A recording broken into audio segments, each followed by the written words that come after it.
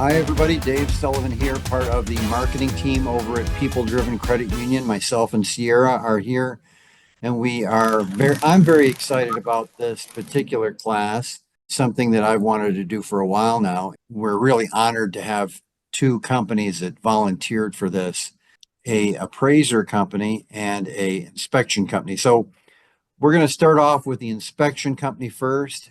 As always, when you do put in an offer for a home, you should always have the inspector go first to really get down and inspect the property. You wouldn't want to spend the money on an appraisal before you get the home inspected in case you were to find something that wouldn't allow the deal to go through. You get the appraisal after that. I'm going to go ahead and, as you know, I think this is the fourth class and the agenda is here. I don't want to waste a lot of time though, so we're going to go ahead and get right into the home inspection portion of the with Jim. So Jim, why don't you introduce yourself a little bit? Okay, hello, I'm Jim Gunsmiller. I am the Inspector Manager for Trademark Inspection Services. We are a full-service inspection company, except for well and septic. We do mold inspections, we do radon, we do sewer scopes, and we do all sorts of residential, commercial, and commercial properties. When did you guys start really testing for radon? When did that kind of come on the radar?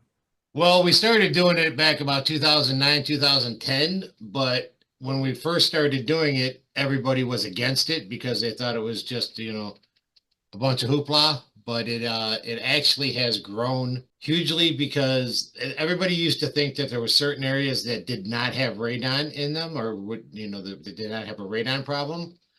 But as we taught people and we started growing it, we told people exactly what the truth is. The places that do not say they don't have radon, say that because there's no testing being done.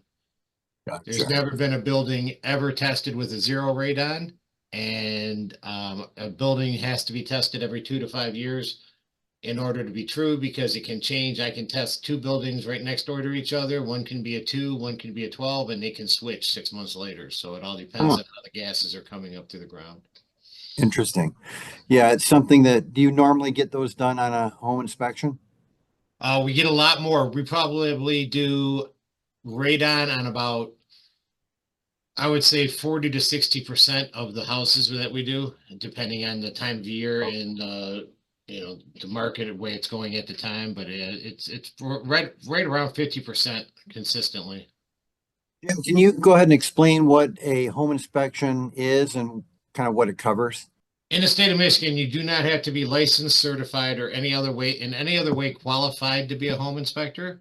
You can be doing whatever, and as long as somebody pays you, you can legally do a home inspection in Michigan. You want to hire somebody who has a standards of practice and is based on a certification and follows and gives you that standards of practice that says what they do and what they don't do. We're based on INTERNACHI. INTERNACHI is the International Association for Certifying Home Inspectors. It is the largest certification organization for home inspectors in the world. They have standards that we have to continue to meet. I am a certified master inspector. We have 3 of those, and we have 4 certified professional inspectors. And you want to make Jim, sure that they're showing you that standards of practice because it lists in there because nobody at the inspection owns the home. So there's things that we can't do because we can't just go invade somebody's home and start breaking things up. But it also tells you what we do inspect and what we should be looking for. Jim, how would someone verify or validate that the individual is qualified to do a home inspection? Anybody that's qualified should be able to prove that they have a certification from one of the qualifying organizations. There's several of them out there. There's 8-hit schools.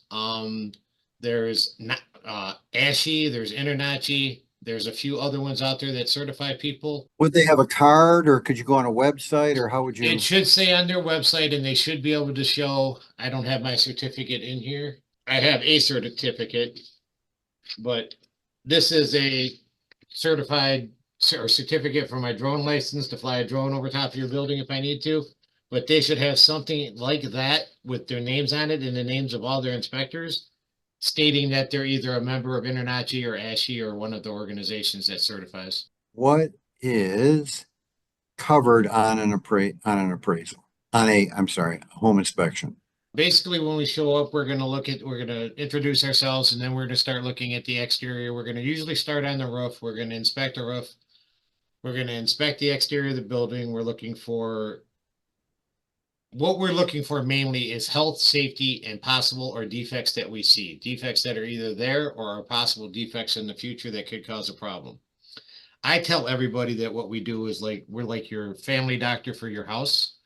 We're going to do a 2.5, 3 hour x-ray on your house. We're going to tell you everything that we see, and then we're going to recommend you to the specialist that can come in there and evaluate things further and go more in depth and tell you what they may cost.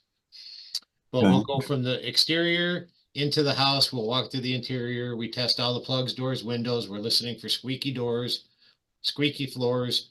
We're testing doorways to make sure they're closing. We're testing windows. We're testing all the appliances. We're looking for cracks above doorways so we can see if it's just settling or if there's a foundation problem. We're looking for levelness of doors. We're going to run all the water. We're going to check all the plumbing. We're going to start and work our way down and finish in the basement. We're going to check the electrical panel. We're going to check the air conditioning for functionality, as long as it's not winter, because if it's winter, we can't check it if it's below 65 degrees.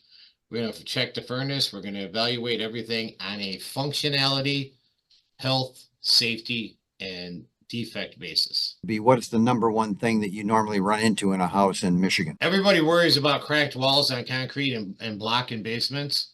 I tell everybody there's two types of concrete in this world, cracked and hasn't cracked yet. All concrete will crack, especially in Michigan. So we're looking for movement. We're looking for if there's signs of water coming through those cracks. We're looking for, first thing on the outside we're looking for is if there's negative grading or if the downspouts are draining too close to the house, because 80 to 85% of all the water that ends up in your basement comes off your roof. So if you're not draining the water away from the outside of your house properly, you're going to get water in. It's going to soak through eventually. What we're looking for, that's what we're looking for, is moisture. We're looking for cracks in the walls. We're looking for foundation movement. We're looking for broken trusses or floor joists. We're checking out the furnace. We're checking out the plumbing. We're checking out for sump pumps that work or don't work. We're looking at all the electrical wiring. We're looking at what type of plumbing is in there. Is it galvanized? Is it copper? Is it PEX? What's going on with that? And is it leaking? Does it have signs of past leaks?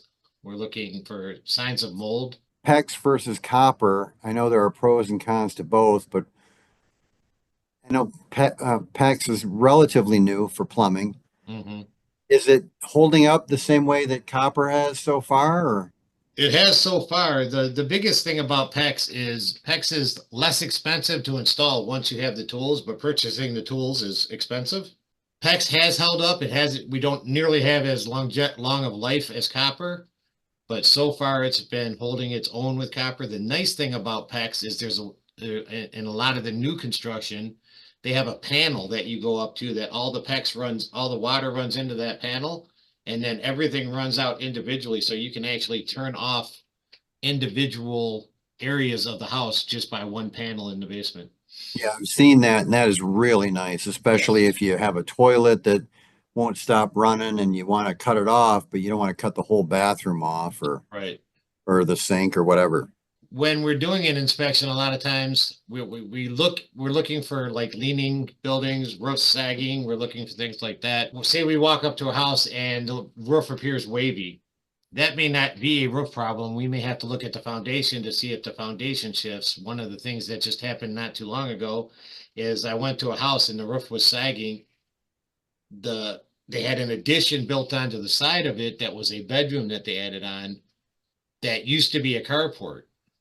And when they built the carport into a room, they built it on top of the slab that was there without reinforcing and putting a foundation underneath the slab. So they had no walling underneath there to hold it up, no support. So it was just moving, and it caused the movement of the slab caused the roof to sink in. So it's an investigation that we need to look for. Sometimes when you're taking a picture, you can't get the full view of everything, and we can walk you around and explain things to you. Plus, we like to teach about the inspection, about the house. So we'll take you and show you how to change a furnace filter. We'll show you where the water shutoffs are. We'll show you where the gas shutoffs are. We'll show you things like that that will teach you about your house and give you individual insights. Like if there's a GFCI that trips here, but you got to reset it in the master bathroom, we'll be able to show you all of that before you get into the house. Right. And I wanted to let everybody know that we're going to have Jim's information when we send out the recording.